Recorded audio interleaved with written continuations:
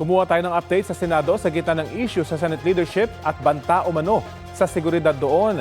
May ulat on the spot si Sandra Aguinaldo. Sandra?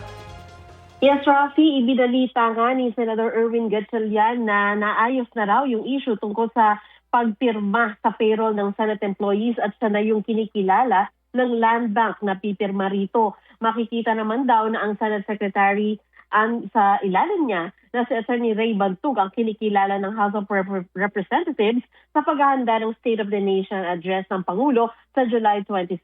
Kasama rin sa iniata sa Senate Secretary ang pag-secure ng lahat ng records at dokumento ng Senado sa gitna ng natanggap nilang intelligence report mula sa NBI na maaaring merong manggulo sa Senado. Sa July 6 naman, magsisimula ang impeachment trial at siya rin daw ang upong presiding officer. Aminado si Gatchalian na mainam sana na may nakaupo ng bagong Senate President sa boto ng 13 senators by July 6 at sa SONA.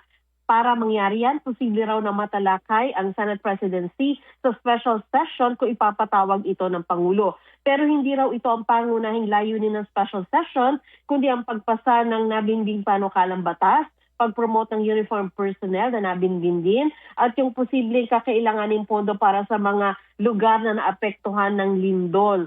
Ukol naman po, Rafi, sa security ng Senado, ay ipapatupad daw ngayon ng Senado ang memo niya na work from home sa gitna ng intelligence report na merong manggugulo.